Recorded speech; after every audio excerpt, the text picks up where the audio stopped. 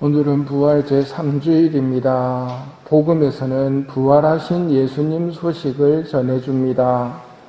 먼저 엠마오로 가던 제자들이 돌아와 부활하신 예수님 소식을 전합니다. 이런 이야기를 하고 있을 때 예수님께서 그들 가운데 나타나시어 평화가 너희와 함께 하고 인사하십니다. 제자들은 너무나 무서워 유령을 보듯 하자 예수님께서는 왜 놀라느냐, 내 손과 발을 보아라, 바로 나다. 만져보아라. 유령은 살과 뼈가 없지만 나는 보다시피 살과 뼈가 있다 하시며 당신의 손과 발을 보여주십니다.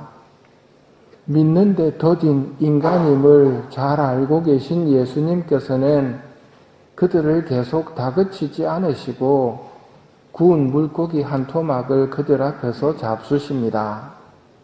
제자들에게는 이 시간이 생각을 정리할 시간이 되었을 것입니다.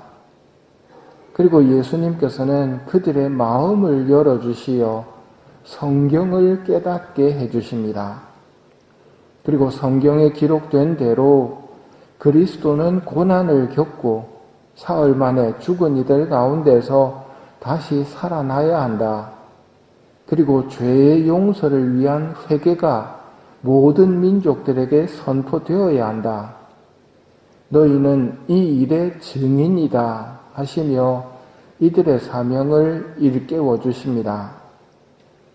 부활의 증인, 이것이 제자들의 사명입니다.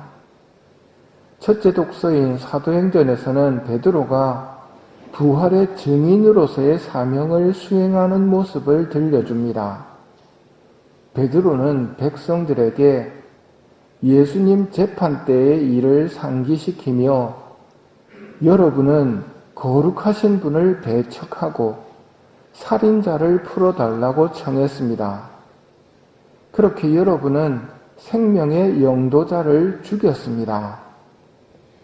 그러나 하느님께서는 그분을 다시 살리셨고 우리는 그 일의 증인입니다.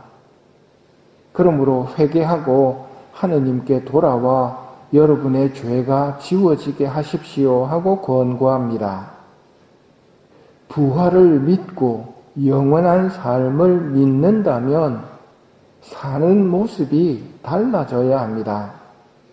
부활을 믿지 않고 영원한 삶도 믿지 않는 사람과 사는 모습이 다를 게 없다면 그의 부활신앙은 문제가 있는 겁니다. 둘째 독서인 요한 1서가 그것을 이야기합니다. 나는 그분을 안다 하면서 그분의 계명을 지키지 않는 자는 거짓말쟁이고 그에게는 진리가 없습니다. 그러나 누구든지 그분의 말씀을 지키면 그 사람 안에서는 참으로 하느님 사랑이 완성됩니다. 재벌집 막내 아들이라는 드라마가 있었습니다. 미래를 알기에 무슨 일이 일어날지 알고 있습니다. 주가가 어떻게 될지, 땅값이 어떻게 될지 알고 있습니다. 그는 당시 사람들과는 달랐습니다. 마찬가지로 부활을 알고 영원한 삶을 믿는다면 가치관이 달라져야 합니다.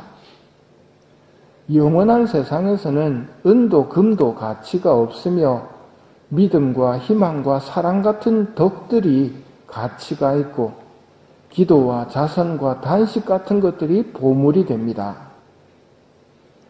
부활을 믿는다면 결국 성인들처럼 살아가게 됩니다. 마드테레사 수녀님처럼 남들을 위해서 살고 인간을 존중하는 삶이 영원한 세상에서 높은 사람이 되는 비결입니다. 부활을 믿는다면서 계명을 지키지 않고 실천하지 않으면 그것은 마귀의 신앙입니다. 너희는 이 일의 증인이다 하신 말씀을 실천하는 길은 신앙이 없는 사람과 다른 삶을 사는 겁니다. 하느님을 섬기는 삶이고 하느님의 말씀인 계명을 실천하는 삶입니다. 하느님 사랑과 이웃 사랑의 삶을 살면서 하늘의 보물을 쌓는 삶을 사는 것입니다. 회개하고 하느님께 돌아가는 것이 인류가 걸어가야 할 길입니다. 창세기 인류의 죄값을 예수님께서 속죄 제물이 되심으로써 다시 아버지께 돌아갈 길이 열렸습니다. 다시 열린 생명의 길을 걸어가는 것이 부활을 믿는 사람입니다. 부활 신앙을 살아갈 힘을 이 미사 중에 청하도록 합시다.